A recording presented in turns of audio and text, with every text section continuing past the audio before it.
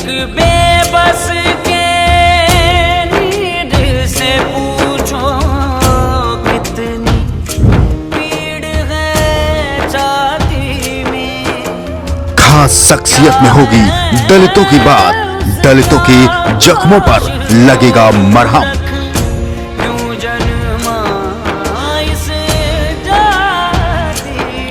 दलितों की उठाई जाएगी बात। नमस्कार, आप देख रहे हैं सत्यम समाचार। मैं हूं विशाल शर्मा। आज खास शख्सियत में हमारे साथ मौजूद हैं सफाई मजदूर संघ के प्रदेश अध्यक्ष। उनसे बात करते हैं, उनसे बात करेंगे। बात होगी सफाई मजदूरों के हकों पर, उनके समस्याओं पर और उनकी समस्याओं के निस्तारण पर, साथ ही दलितों को होने वाली समस्याओं पर भी चर्चा होगी। सफाई मजदूर संघ के प्रदेश अध्यक्ष हमारे साथ स्टूडियो में मौजूद हैं।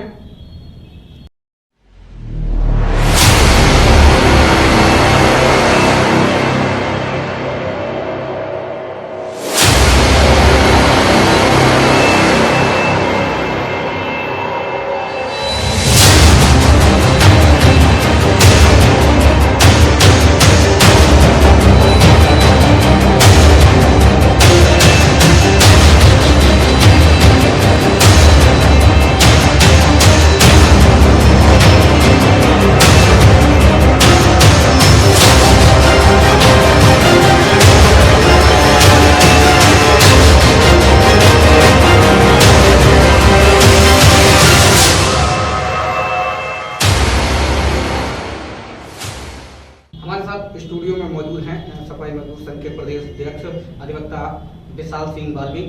सबसे तो पहले आपका सत्यम समाचार के स्टूडियो में आपका स्वागत है। आज दलितों के मुद्दे पे बात होगी और सफाई मजदूर संघ के जो सफाई मजदूर हैं उनकी समस्याओं पे हम लोग चर्चा करेंगे। तो सबसे पहला सवाल आपका हमसे हमारा आप रिपीट सबसे पहला सवाल जो है हमारा आपसे, वो सबसे पहला सवाल ये है कि अब तक जब से आप यहाँ के प्रदेश सफाई मजदूर संघ के प्रदेश अध्यक्ष बने हैं, तो अब तक सफाई मजदूरों की क्या क्या समस्याएं अभी तक आपको मिली हैं? बहुत बहुत धन्यवाद। आपने मुझे इस समाचार पे बुलाया, इसके लिए मैं आपका बहुत बहुत धन्यवाद देता हूँ। और सबसे धन्यवाद ज़्यादा मैं इसलिए भी देना चाहता हूँ कि आपने ऐसे मुद्दे पर विचार और सवाल देने का काम किया है जो कि इन विषयों को कभी कोई उठाता भी नहीं है। बहुत बहुत आपका हृदय की गहराइयों से धन्यवाद। आपने जो मुझसे प्रश्न किया है कि प्रदेश में सफाई कर्मचारियों की क्या समस्याएं हैं, तो मैं आपको बता देना चाहता हूं कि आज प्रदेश में सबसे ज़्यादा अगर कोई पीड़ित, अगर कोई शोषित, अगर कोई पीड़ित हो गया है इस सरकार में भी, तो वो एक सफाई कर्मचारी वर्ग है। मैं आपको बता देना चाहता हूं प्रदेश में 16 नगर निगम हैं, 694 नगर पालिका परिषद हैं और 5000 के समथिंग प्रदेश में नगर पंचायतें हैं। और जिनमें पूर्व में पहले स्थायी प्रकृति के सफाई कर्मचारी हुआ करते थे, जिन्हें हम परमानेंट वर्कर्स भी कहते हैं। लेकिन सरकारों का बदलाव हुआ, सरकारें आई, क्योंकि आप जानते हैं हर कोई चाहता है कि सस्ते दामों पर अच्छा मजदूर मिल जाए। और बंधुआ मजदूरी का एक हम उदाहरण दे सकते हैं कि उनको उस ओर ढालते हुए कर्मचारियों को पहले संविदा पर किया गया, फिर आउटसोर्सिंग पर कर दिया गया। ये बहुत ही गंभीर विषय है, जबकि आप सब जानते हैं कि जो सफाई का काम होता है ये देश को स्वच्छ रखने का कार्य है। जैसे एक देश का जवान बॉर्डर पर होकर देश की सेवा करता है, उसी प्रकार से ये सफाई कर्मचारी वर्ग एक सफाई सैनिक के रूप में नगर को स्वच्छ रखकर हम सबको अच्छा और स्वस्थ रखने का कार्य करते हैं। और वहाँ ये सेवा अपनी दे रही हैं। इनकी समस्याओं का अंबार इतना लगा हुआ है, पूर्व की सरकारें भी रही और वर्तमान की भी सरकारें हैं, इनका कोई भी ध्यान इन कर्मचारी के मुद्दों पर नहीं जाता है। दूसरा सवाल आपसे हमारा ये है कि आज प्रदेश में सफाई मजदूरों को किस नजरिए से देखा जा रहा है? आप जब से प्रदेश अध्यक्ष बने आपने इस चीज का आकलन किया होगा कि सफाई मजदूरों को आज भी किस नजरिए से देखा जा रहा है?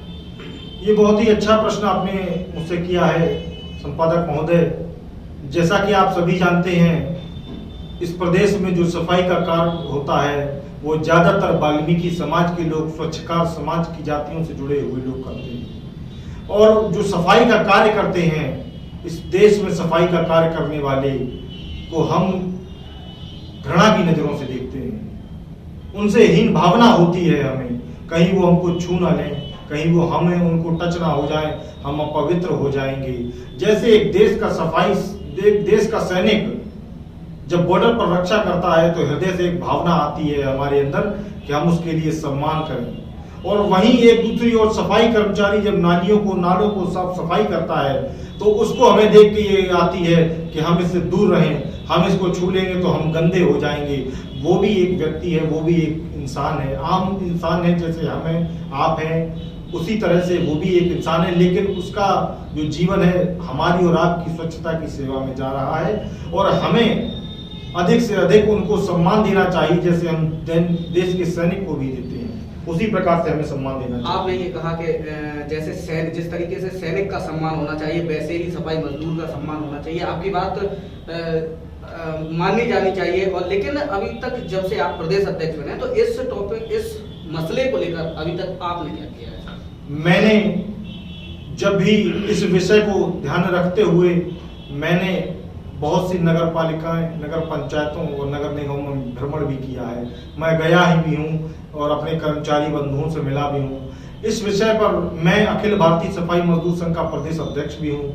इस विषय को मैंने अपने दृष्टिगत रखते हुए जब भी 26 जनवरी और 15 अगस्त आती है तो मैं अपने कर्मचारी बंधु को बुलाकर अपने कार्यालय पर उन्हें सम्मानित करने का काम करता हूं। जहां एक और देश का 26 जनवरी और गणतंत्र दिवस पर जो है तिरंगा फहराया जाता है, सारे लोग छुट्टियां मनाते हैं, सारे लोग घरों में बैठकर देशभक्ति के गीत गाते हैं, वहीं दूसरी ओर एक सफाई कर्मचारी अपने कार्य पर जाता है और वो तब तक कार्य पर रहता है जब तक सफाई सैनिक मौजूद रहता है, क्योंकि जब कार्य समाप्त हो जाता है, कार्यक्रम समाप्त हो जाता है, तब उसको घर जाने दिया जाता है। कोई भी तीज हो, त्योहार हो, किसी पर उसकी छुट्टी नहीं दी जाती है, चाहे वो होली हो, दिवाली हो, उन सभी पर उनको जो है पूर्णतः काम पर बुलाया जाता है। आपने अभी बताया कि मेरा प्रश्न आपसे ये था कि आपने जब से आप प्रदेश अध्यक्ष बने हैं तब से लेकर आपने अब तक क्या किया, तो आपने इसमें ये बताया है कि आपने सफाई मजदूरों का सम्मान करने का काम किया, उनको जो समाज से शोषित हैं उनको सम्मान देने का काम किया है। अच्छी बात है। हम बात करते हैं दलित पर। जब से आप एक युवा हैं और जब से आप प्रदेश अध्यक्ष बने तो दलितों को लेकर आपकी सोच क्या है? दलितों के लिए आपने क्या किया अभी तक? दलितों का एक विचार है, सफाई मजदूर तो एक कौम हो गई, एक जाति हो गई या एक उस पर हो गई, लेकिन एक वर्ग हो गया, लेकिन दलित एक समाज हो जाता है। तो दलित भी इसी से जुड़ा हुआ है, तो वो भी आपकी नैतिक जिम्मेदारी बनती है कि आपको उनके लिए भी सोचना है। तो आपने अभी तक क्या सोचा है? जहां तक कोई भी दलित समाज का व्यक्ति मेरे पास, वो कर्मचारी वर्ग से ही क्यों ना जुड़ा हो या अन्य किसी कार्य में भी व्यापारी हो, अन्य किसी भी प्रकार से वो कार्य, लेकिन वो दलित है, अगर मेरे पास कोई आता है किसी भी समस्या को लेकर, किसी भी संबंधित अधिकारी की अगर वो समस्या है, तो मेरी प्राथमिकता यह होती है कि मैं उस अपने दलित भाई की समस्या का निदान कराने का कार्य कर सकूं। आज आपको मालूम होना चाहिए देश में आधे से अधिक आबादी जो है दलित पेशों से वर्ग से जुड़ी हुई लोगों की है, और ऐसी आबादी जब कहीं शोषित व पीड़ित की जाती है तो हम जैसे युवाओं को आगे बढ़कर उनका सहयोग देने के लिए, उनका निराकरण समस्या को कराने के लिए आगे आना चाहिए। मैं हमेशा यही अपील करता हूँ हर अपने युवा भाई से। आप एक युवा हैं और आप के ऊपर पूरे सफाई मजदूर संघ के प्रदेश की कमान है, तो हम आपसे ये जानना चाहते हैं कि आपको इनकी समस्याओं का निस्तारण करने के लिए क्या कभी आपको ऐसा लगा कि आपको भी समस्या का निस्तारण करते करते आपको भी समस्याओं से जूझना पड़ा हो? ऐसा कभी कुछ आपके साथ रहा हो? जी बिल्कुल, हमारे साथ भी कई घटनाएं होती हैं, हमारे साथी हैं। हमारे एक साथी का उदाहरण मैं आप सबको देना चाहता हूं। जनपद मुजफ्फरनगर है, जहां नगर पालिका परिषद है, वहां पर एक आर.के. कंस्ट्रक्शन नाम की कंपनी आई और उसने वहां पर सफाई कर्मचारियों का एक ठेका लिया और ठेका लेने के बाद 300 महिलाओं को उसने अपनी कंपनी में भर्ती किया गया 50-50 हजार रुपए लेकर, और उनसे 6 महीने काम कराया और अपना पैसा निकलवा कर वो कंपनी चली गई। जब हमारे संगठन के जिला अध्यक्ष गुरुनाम वाल्मीकि ने इस मांग को, इस प्रशासन को, इस शासन को बताया और धरना प्रदर्शन किया, अपने नित्य पत्राचार किए, तो उसके ऊपर प्रशासन ने एक मुकदमा लगाकर उसको जेल भेजने का कार्य किया है। तो हम लोग भी इससे कई बार पीड़ित हो जाते हैं कि कर्मचारियों की आवाज उठाते उठाते हम लोगों को भी प्रशासन और शासन का जो है गलत रवैया झेलना पड़ता है।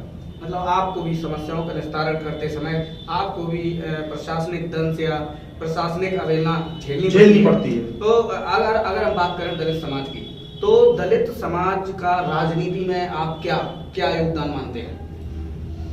आज की 21वीं सदी की राजनीति में दलित समाज काफी आगे बढ़ चढ़कर भाग ले रहा है।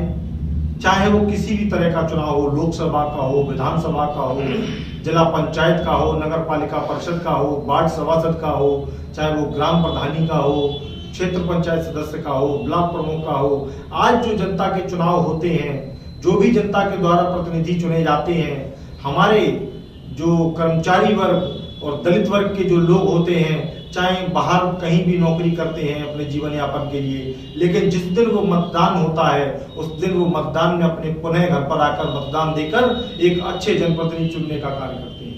मतलब आज की राजनीति में दलित का काफी बढ़ चढ़कर योगदान है। बढ़ चढ़ के योगदान आपने बताया है। अच्छा, आप ये बताइए कि हमारा अगला सवाल ये है कि प्रदेश में आपको लगता है कि अब पिछले समय की अपेक्षा आपको लगता है कि प्रदेश में दलित को अब सम्मान मिल रहा है? पूर्व की सरकारें रही हैं और जिन सरकारों में व्यक्ति विशेष की बात की जाती थी, मैं ये कहने में बिल्कुल भी संकोच नहीं करूंगा कि आज वर्तमान की सरकार में सब एक समान देखे जाते हैं, एक समान जन कल्याणकारी योजनाओं को उन्हें लाभ मिलता है, सबका साथ और सबका विकास और सबका समाज का विकास हो रहा है। मैं ये पूर्ण ये कहने में आश्वस्त आपको करता हूँ। अच्छा, जैसे आपने अभी थोड़ी देर पहले हमसे हमारे सवाल का जवाब दिया था, इसमें राजनीति में हमने दलित की बात कही थी, तो आपने ये बताया कि चुनाव जब आता है तो दलित भी बढ़ चढ़कर उसमें हिस्सा लेता है। तो आप क्या मानते हैं कि किसी भी चुनाव या किसी केंद्र सरकार हो गई या राज्य सरकार को बनाने में दलित की लगभग कितनी फीसदी भूमिका रहती होगी, कितना योगदान रहता होगा?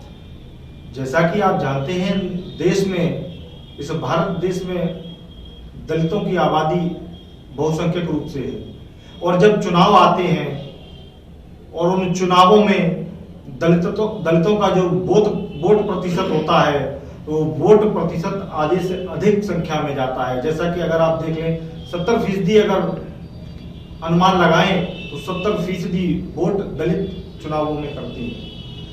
आप सफाई मजदूर संघ के प्रदेश अध्यक्ष हैं और बीजेपी के युवा नेता भी हैं। अभी आपने हमारे एक सवाल का जवाब देते हुए बताया था कि कभी कभी हमें भी प्रशासनिक दंश और प्रशासनिक पीड़ा झेलनी पड़ती है। तो आपकी ही सरकार है केंद्र में भी और प्रदेश में भी, तो आपके साथ ऐसा क्यों हो जाता है? देखिए, ये एक ऐसी पीड़ा है जिसको मैं आपके समाचार के माध्यम से बताना चाहता हूँ।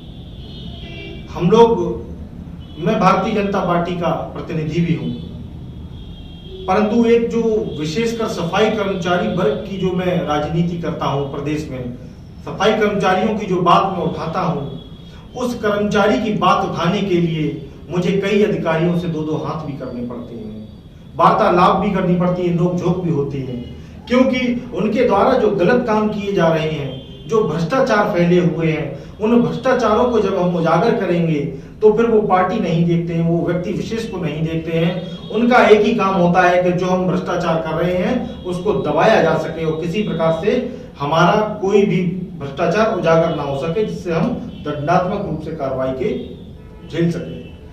सफाई मजदूरों की बात हो या दलित की बात हो, तो जब से आप प्रदेश अध्यक्ष की आपने कमान संभाली है, तो कितनी ऐसी समस्याएं रही हैं जिनका आपकी तरफ से या आपके सहयोग से उनका निस्तारण कर दिया गया है? अब ये सवाल ऐसा है कि इसकी कोई मैंने अभी गिनती तो नहीं लिख रखी थी कि बहुत बड़ा प्रदेश है, 75 जनपद हैं और जैसा कि मैंने आपको बताया काफी नगर पालिका, नगर पंचायतें, नगर निगम हैं, तो तमाम आए दिन चाहे वो आगरा हो, पूरे प्रदेश में ही मेरा जाना आना भी रहता है नगर निगमों, नगर पालिका, नगर परिषदों में। और वहां पर जो भी कर्मचारी की जो भी समस्या मेरे संज्ञान में आती है, मैं त्वरित उस अधिकारी से मिलकर उस समस्या का समाधान कराने के लिए बाध्य हूँ और हमेशा रहूंगा। दलित और सफाई मजदूर इस समय जो सबसे ज्यादा छोटी छोटी समस्याएं बनी रहती हैं लोगों को, लेकिन ऐसी जो सबसे महत्वपूर्ण और जो सबसे गंभीर ऐसी कौन कौन सी समस्याएं हैं जो आपके सामने अभी तक आई हैं? देखिए, कर्मचारियों से जुड़ी समस्याएं नहीं है। कर्मचारियों का तो समस्याओं का पूरा पहाड़ इस प्रदेश में स्थापित हो रखा है। इतनी बड़ी समस्याएं हैं कि शायद सरकार पूर्व की भी रही हो या वर्तमान की हैं, उनका ध्यान सफाई कर्मचारी की समस्याओं का निस्तारण करने में कहीं नहीं पहुंच पा रहा है। पहली समस्याएं क्या होती हैं, जब हमारा एक कर्मचारी नगर पालिका, नगर निगम या नगर पंचायत में सेवारत होता है और उस सेवा काल के दौरान उसकी मृत्यु हो जाती है और उसके बेटे को मृतक आश्रित के रूप में नौकरी देने के लिए जो अधिशासी अधिकारी होते हैं, स्थानीय निकाय का प्रशासन होता है, वो 2-2, 1.5 लाख रुपए, 50-50 हजार रुपए लेके उन कर्मचारियों की भर्ती करता है। दूसरा, वेतन, उन जो कर्मचारी अपने सेवा काल में रिटायर हो गया हो, सेवानिवृत्त हो गया हो, उस कर्मचारी का जो पूरे जीवन काल का भुगतान होता है, चाहे वो किसी भी रूप से हो, ग्रेजुटी फंड, पीएफ, अन्य प्रकार के कोई भी फंड होते हैं, पैसे होते हैं, उनको निकालने के लिए जो नगर पालिका, नगर निगम के प्रशासन होते हैं, वो 2-2, 3-3, 4-4 लाख रुपए लेने की बात करते हैं, तब उस कर्मचारी को वेतन का भुगतान, उसके बकाये का भुगतान किया जाता है।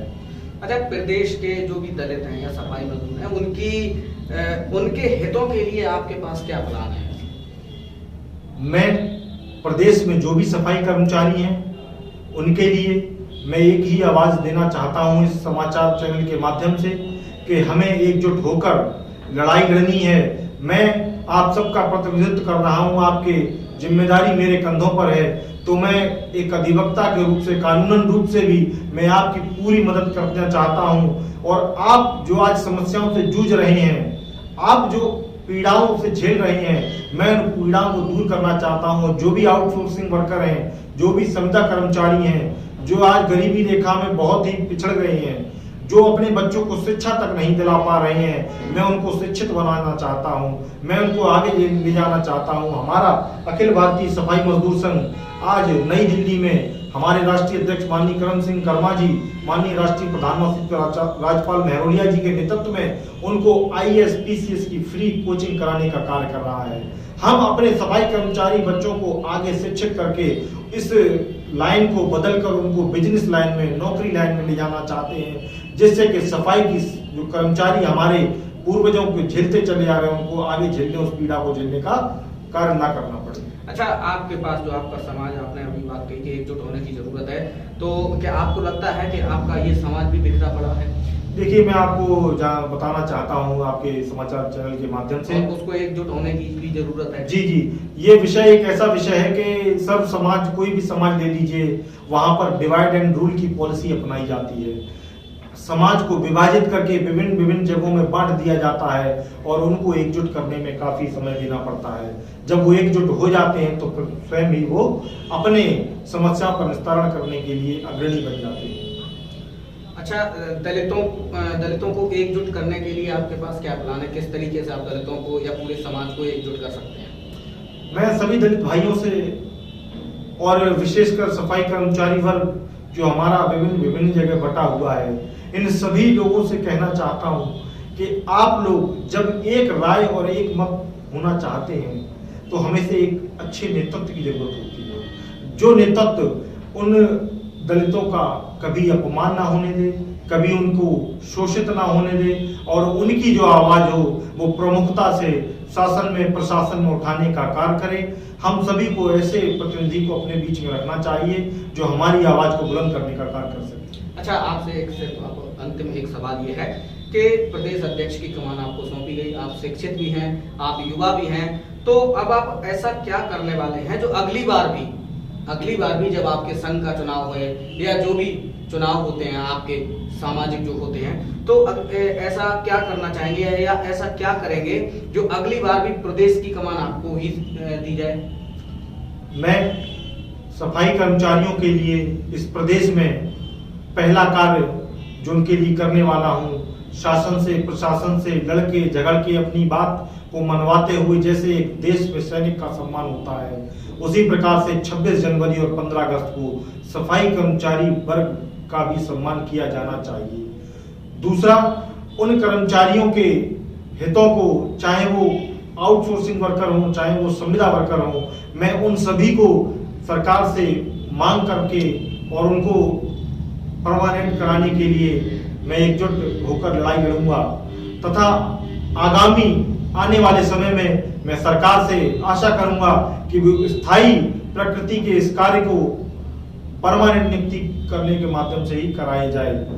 दूसरी ओर, जहां हमारे इस देश का संविधान भी कहता है जाति, धर्म, महिला, पुरुष, इन सब के भेदभाव हमें बीच में नहीं करना चाहिए, ये सब समानता का अधिकार के उपयोगी हैं, तो इसी प्रकार से हमें विभिन्न क्यों रखा जाता है? कर्मचारी अपनी पूरी देश में सेवा दे रहा है, सफाई कर्मचारी पूरे देश को स्वच्छ रखता है, वहीं दूसरी ओर देश का सैनिक, मैं फिर कहना चाहता हूँ, देश के सैनिक को अन्य विभिन्न सुविधाएं दी जाती हैं, चाहे वो चिकित्सा की सुविधा हो, चाहे वो आने जाने की सुविधा हो, किसी प्रकार की सुविधा हो, परंतु सफाई कर्मचारी को किसी प्रकार की सुविधा नहीं दी जाती है। यहाँ तक कि उनके जीवन रक्षक के लिए कोई भी स्वास्थ्य के कैंप नहीं लगाए जाते हैं जिसके उनके जीवन की प्रणाली को नापा जा सके कि इनकी उम्र कितनी रह गई है।